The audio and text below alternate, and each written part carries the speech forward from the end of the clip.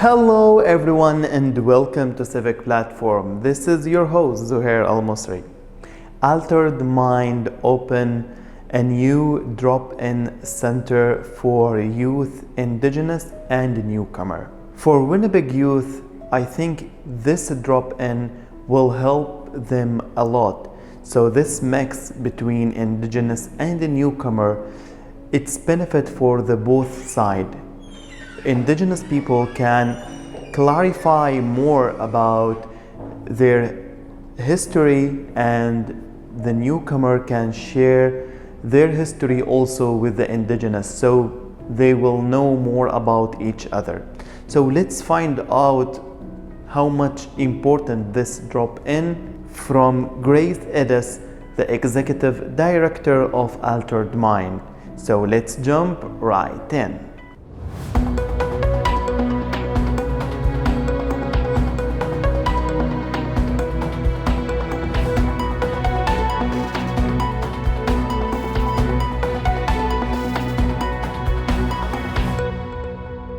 Hello Zuher, welcome to the launch of our AMI Youth Drop-In Center. It's nice to be on your program's Civic Platform. I'm glad you came. We had global news here earlier and you're here catching us up.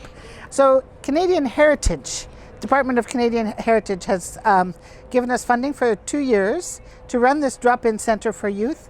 And the point is to provide a safe space where Indigenous and newcomer youth can come together and engage in positive relationships. So we will have activities to bring them here. People will be around to help students with homework. It's generally for ages 14 to 19, so they can come after school, or in the summertime they can come in the evenings after supper. They can get help with homework, they can learn on computers, they can play games together. So we have sports, recreation, crafts, anything fun that will draw youth in. But ultimately the funding is going to be used to develop a series of workshops, a series of 7 workshops that talk about the Indigenous history and colonial experience. And we have hired one immigrant facilitator and one Indigenous facilitator to develop the workshops and the curriculum for youth.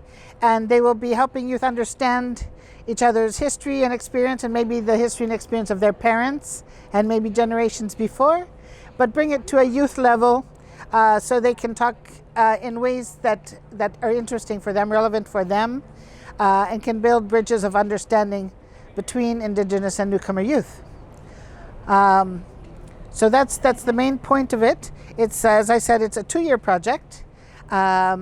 And the themes that they're exploring are part of the Indigenous Orientation Toolkit. That has been created for adult English language classes. But the facilitators that have been hired for this program then are just going to make them relevant to youth, and then we'll produce a curriculum that will be separate, but for teenagers, while their parents are studying other themes in their adult ESL classes. I think we are very happy to have this opportunity to bring newcomers and Indigenous folks together, because in the past we have gotten our money from Immigration and Citizenship Canada, and that's been focusing on immigrant services. But Heritage Canada is really focused on, they have an anti-racism campaign. And so for the past 2 years they've been funding programs that help combat racism. And we find it anywhere in our society. And what we know about youth in the downtown of Winnipeg, they often are in vulnerable situations. They're often low income, so they don't have a lot of means. They're combating poverty as well as other things.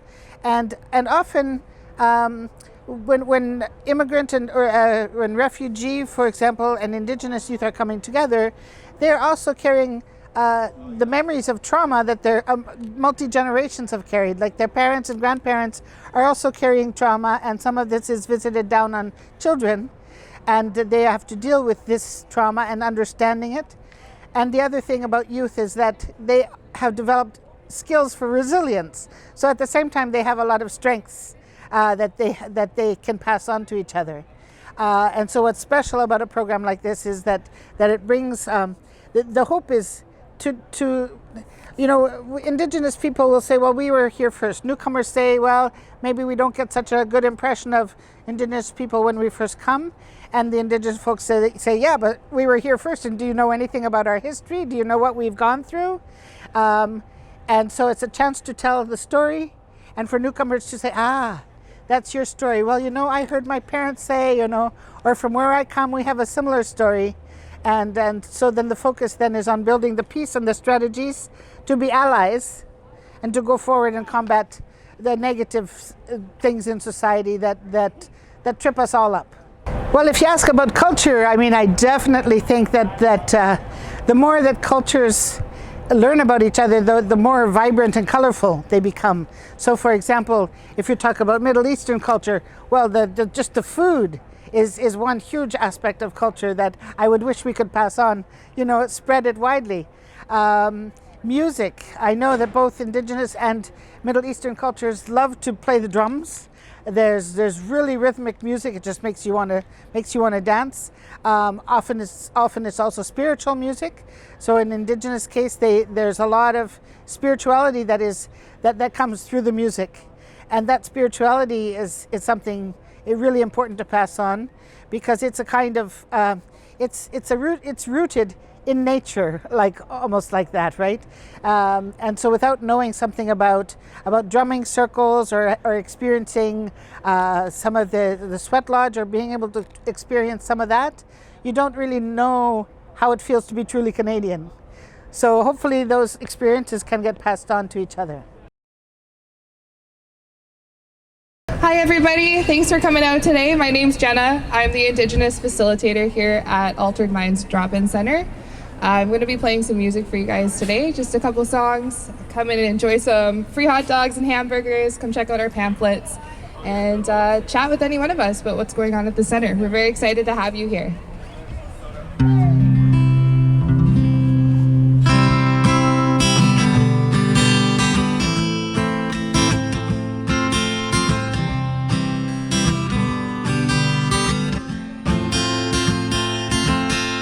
Heading out south to the land of the past, on my way down to North Carolina. Staring out the road, pray to God I see headlights. Made up the coast in 17 hours, picking me a bouquet of dogwood flowers. I'm hoping for Raleigh, I can see my baby tonight. So rock me, mama, like a wagon wheel. Rock me, mama, anywhere.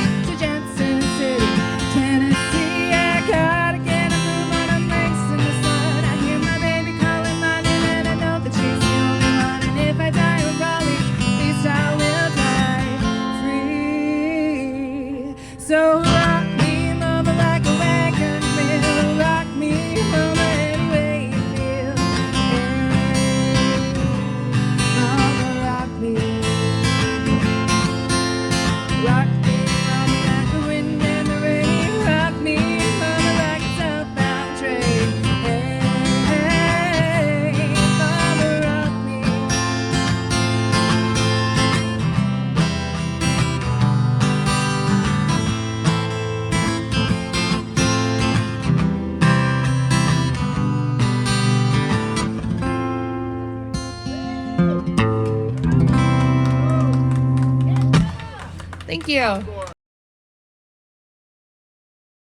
Okay, so I've been really pleased with the team that we've pulled together. Walid Al-Khattab is the program director, or program coordinator. So he's responsible for scheduling. Mostly in the beginning, he's going to be recruiting young people, finding ways to draw them in, advertising, promoting activities, and making sure that we have activities that draw people in, like sports, recreation, music, crafts, homework help, using the computers, things to do on a rainy day. So he will be coordinating that and bringing the young people in. Then Jenna and Rueda will be, they're the two facilitators, one Indigenous, one immigrant background. And we have a series of 7 workshops that I was telling you about. I'll just give you a hint, some of the workshop titles. Land and treaties, resilience and resurgence, families, the Métis people, worldviews and spirituality, and connection to the land. So the workshops are Jenna would introduce these as the Indigenous coordinator, Indigenous facilitator. She'd introduce these and the Indigenous perspective and history, and then Reda would be helping the newcomers explore from their past and their countries how the themes fit together. I guess as facilitators, they'll be working together to make sure that the young people, each, the Indigenous and the immigrant kids, are all exploring together in a way that promotes their strength and their story, that they feel proud to tell their story and explore each other's stories. Yeah, the workshops will be mixed together, Indigenous and newcomer kids of all nations. I mean, I call it newcomers, but there may be any Canadians, anyone at all can come to explore together these themes, to find out what the Indigenous experience is, and then from their own life, how their experience is with the same theme, and gradually come to an understanding of what they share in common and how similar experiences are, but also a deeper sense of Manitoban history and Canadian history as it's been. Yeah, there's no eligibility criteria other than we're looking at ages 14 to 18, 14 to 19. I don't think we have to be strict about that. That's simply what we told the funders we would be doing. We don't want an age range that's too wide, otherwise young people, the 19-year-old might not feel comfortable in a 13-year-old class or something. So we may group some students by age level, just so they're more in the same age group. But otherwise, there's no eligibility criteria other than an interest and an eagerness to participate. All the classes are in person. I'm sure there's going to be research people can do online if they want. But no, the goal is to be together, and we may visit. I'm sure there will be field trips to many cultural places in Manitoba to further explore the history and the spirituality. Maybe go to a sweat lodge, maybe experience the speaking of an elder, some knowledge holders, go to a reserve and see how life is. Just all kinds of learning inside the classroom and outside the classroom. The groups will be small. So first of all, the groups will be very small, so there can be adequate space between people if they need to practice social distancing. Of course, since the pandemic, we encourage people who are sick to stay home, not to share their sickness. But if you're a healthy kid, we want you to come and be healthier by being active. So definitely the visual atmosphere is very important. What the room looks like. We definitely need posters up and things all over the walls. We want the room to look lots of fun, so people come in there and feel excited that there's many things to do and they can't wait to do something. So we have a list of many things we need. We are looking for posters, like posters of the medicine wheel, 7 grandfather teachings, 4 sacred medicines. We're looking for craft things like beads and needles and thread to make crafts, murals and tapestries, rugs for the floor. We want, when people to come in there, we want their eyes to be full of all the potential things they could learn about. Hello everyone, my name is Walid and I'm the program coordinator for AMI Youth Drop-In Center. We are very happy to announce that we are opening a drop-in center right on 406 Edmonton Street. right in the middle of downtown behind Portage. We will be offering a lot of different workshops, a safe space for the kids to come and study. We will be offering teenagers the right space and place to get the help they need in educational support for their homeworks, and also to get the right entertainment safely and have some sport activities through our gym with the Knox Church. Part of our drop-in center is the Indigenous workshop, where we help immigrants to get introduced into the Indigenous world, where they learn their history, where they come from, and more about their cultures. In my opinion, I think us as immigrants and Indigenous, we're very close, more than we think. But one of the barriers that we have is that nobody ever gave you that opportunity to learn about the other side. So the themes, there are seven themes, and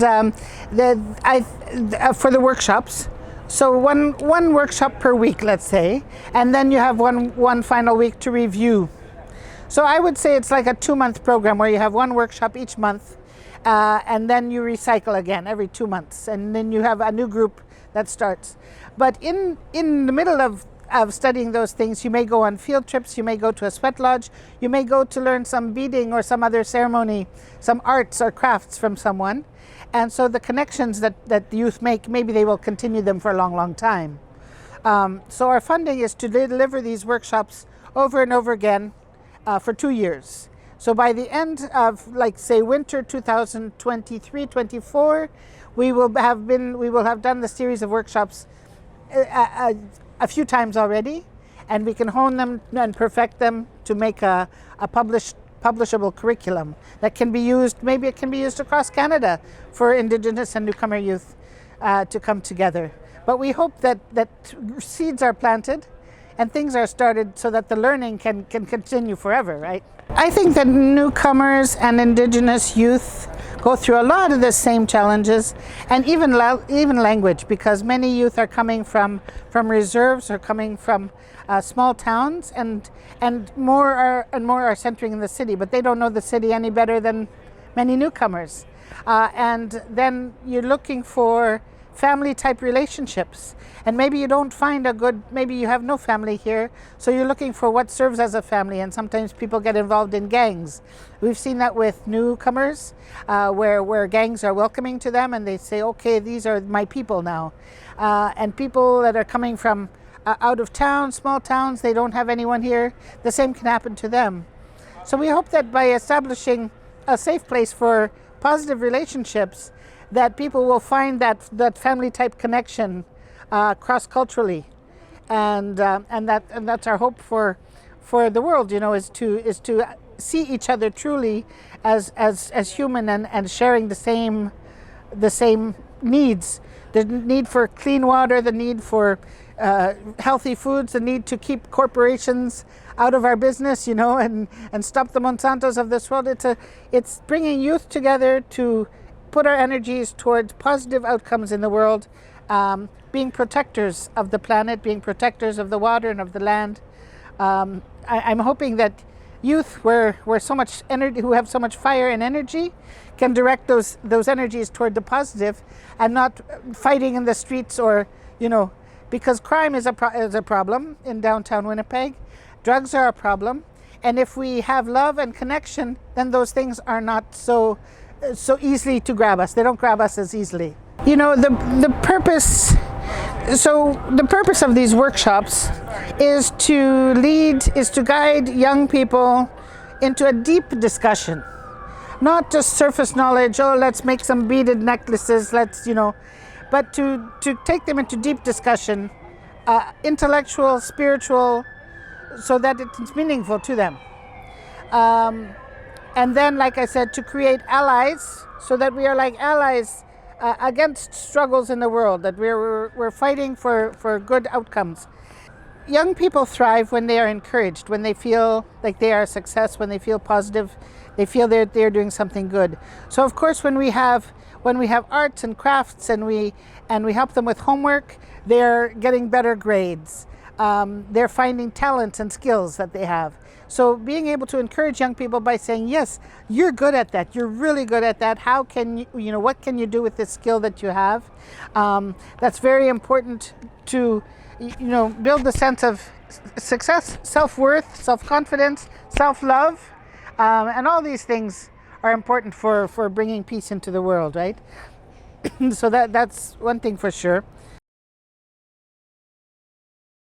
Hi, my name's Jenna Valaquette. I'm the Indigenous Facilitator here at the Altered Minds Inc. Youth Drop-In Center.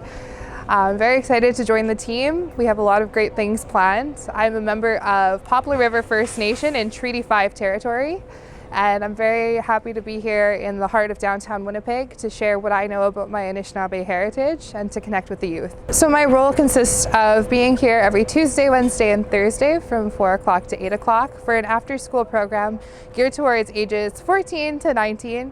We're here to make sure that kids have a safe space to go, that they can get help with homework or have internet access, have fun activities to do like board games or play pool, and basically come together in a multicultural, multinational area where everybody can learn from each other and grow. And as an Indigenous person, I think it's important that we learn to connect with other cultures, and we share a lot more than I think we realize with people that are maybe a minority or a different group than us. So it'll be good to get everyone together and to plan things together and to share.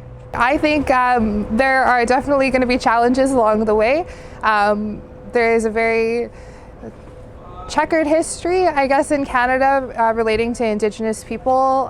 There's been a lot of trauma, there's been a lot of hardships. There are a lot of things and challenges systemically facing Indigenous people. So when people come here from another country, they often don't know the full story, or they're given just a little snippet of Indigenous history.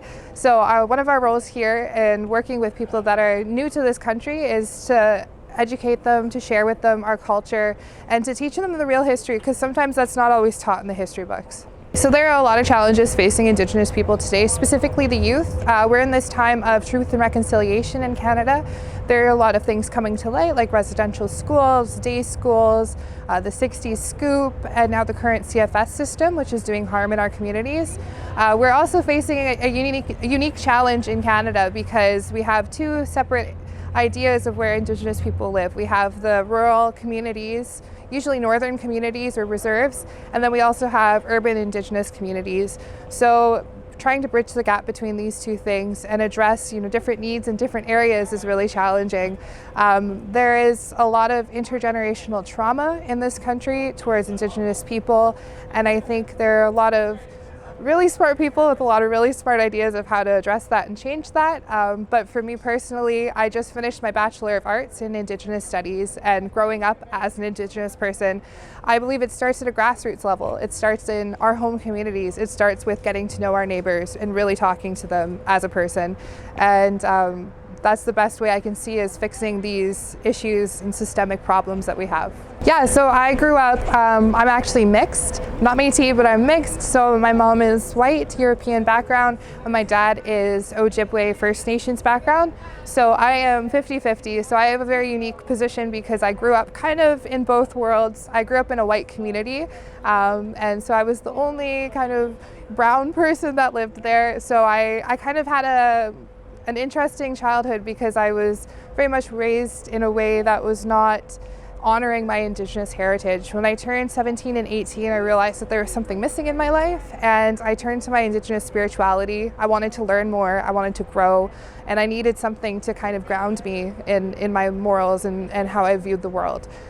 So it took me a little bit of finding my place. I ended up moving to Australia for 3 years. Once I was there, I was pursuing my music degree, and I lived next door to Indigenous Australian people, and I got to talking with them. And it was so interesting hearing that on the other side of the world, here are these other Indigenous people that are facing very, very similar struggles that we are facing in a colonized world. And so it was life-changing for me. I flew home as fast as I could. I enrolled myself into Indigenous studies here in Canada so I could surround myself with my own culture, because I believe that the best way to help others is to help yourself first. And so now I've built this foundation for myself. I work currently at Manitoba Music, just down the road in the Indigenous Music department. So that was my first way of giving back to the community and kind of tying in my two passions together. But after working with musicians, I realized we got to start a little bit younger. We got to start with the youth, and that's where everything starts, with education and making sure that people are aware of everything going on in their neighborhoods.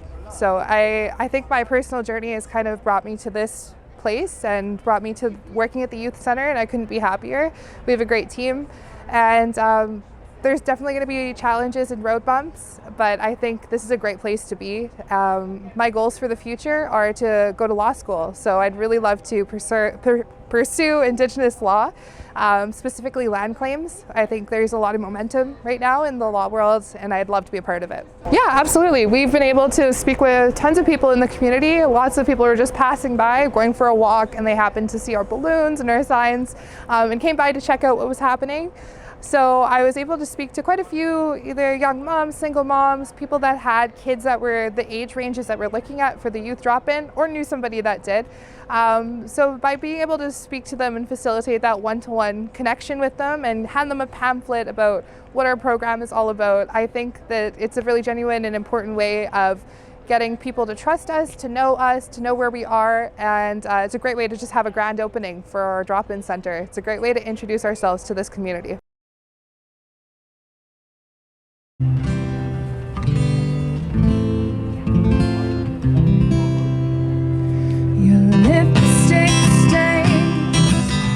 On the front lobe of my left side brain, knew I would never get you, but still I had to let you blow my mind.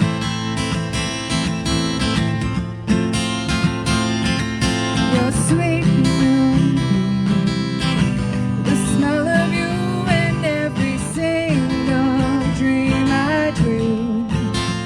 Knew when we collided, that's what I had decided, that's one of my kind.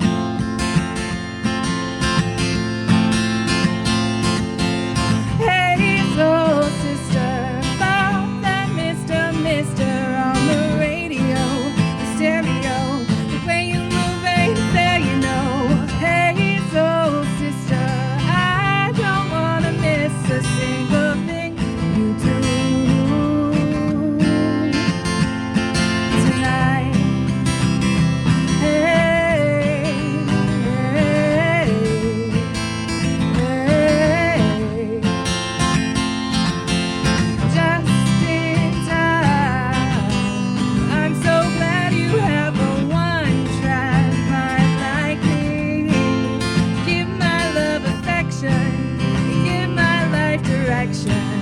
I can't deny. I'm so obsessed. My heart is bound to beat right out my untrimmed chest. I believe in you like a virgin, you're Madonna, and I'm always gonna wanna blow your mind. Hey, soul sister, out that Mr. on the radio, stereo, the way you move ain't fair, you know. Hey, soul sister, I don't wanna miss a single thing you do tonight. Hey now, cut a rug, loving you's the only drug I need. So gangsta, I'm so thug, I'm the only one you're dreaming of, you'll see. Count yourself out finally, no there's nothing I can't be. I want the world to see you be with me. Hey soul sister, out that Mr. on the radio, stereo, the way you move ain't fair, you know. Hey soul sister, I don't wanna miss a single thing you do.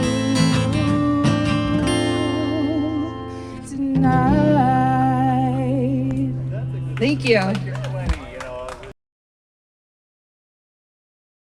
There's so many partnerships that have come together to make this possible. So not only the funding from Canadian Heritage, which also comes from taxpayers' money, you know, and this anti-racism campaign is important. In the government's mind, the government is funding this because it realizes that it itself was a problem in the past, you know, but just for our center here. So a few years ago, Altered Minds, our core funding from the federal government was cut. We used to have a big space and a big building, and I thought at the time, you know, I didn't know what that meant, but I believed that something good would come of it. Sometimes you have to get stripped down to the basic, and then you can regrow. And it's like the seed landed here at Manitoba Islamic Association. We rented a room from Mia, and very small scale. And me and the president of Manitoba Islamic Association, we kept dialogue going. I talked about this youth drop-in center idea because I put the proposal in 2 years ago, and it took 2 years for the government to come back to me. And he was you know, positive about it. In the meantime, we talked to Knox Church, and the church is happy to give us space in the gym. We talked to the daycare, and I thought, oh, the daycare is going to be afraid if we have youth drop-in center. Maybe they'll say, what kind of youth are going to come? But the coordinator at the Youth Drop-In Center said, no, we'll send information home to the parents. So maybe there's older siblings at home that will want to come to this program. Immigration Partnership Winnipeg, they are the ones who made the original Indigenous Orientation Toolkit for the adult ESL programs. That's their project, and they were very happy to connect with us on that. There was a youth residential home called Nichiwam. They used to rent upstairs on the 3rd floor, and they endorsed our program. And when I phoned Gani Ganichek, which is on McDermott Avenue, I said, I'm looking for Indigenous workshop facilitator. They sent me people. And, you know, I was able to, it's just so many positive connections. So the same things that we want to do with youth are happening at an organizational level here. It's been really great to be a seed that is regrowing now in so many new directions. Thanks so much, Zuher, for coming by for this launch. I'm glad you could be here with us. In a few weeks' time, middle of August, come and see how we're doing. We have a list of things that we'd like donated still. If people have things to donate that maybe you can publish along with this story. And we look forward to seeing you at our next event. Thank you for watching. We reached the end of our episode. I hope this drop-in center will help the Indigenous and newcomer youth in Winnipeg to reach their goal and make them more settled and confident in the city. So thank you again for watching. If you like the video, please like, share, and subscribe to see our upcoming episodes.